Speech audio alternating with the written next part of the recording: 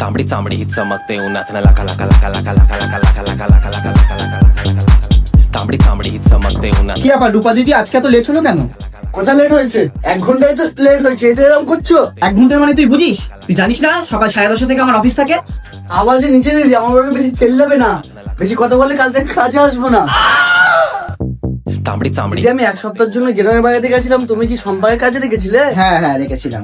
ছি ছি ছি ছি ছি, কি গন্ধ কাজ করেছে। ছি, এরকম কি কাজ করে? মাটিতে দেখো, এখানে দেখো কি অবস্থা হয়ে যাচ্ছে। আমি বারবার করে তোমাকে বলেছি যে আমি যখন চলে যাবো গ্রামের বাড়িতে তখন তুমি আমার বন্দি কাজে লাগাবে, ঘরের পাশে ঘরে থাকবে না। তুমি তো পাগল আছো, একটা আস্ত পাগল আছো তুমি।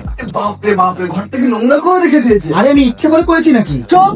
আরে কাজের লোক ভেবে রেখে দিয়েছে আমাকে।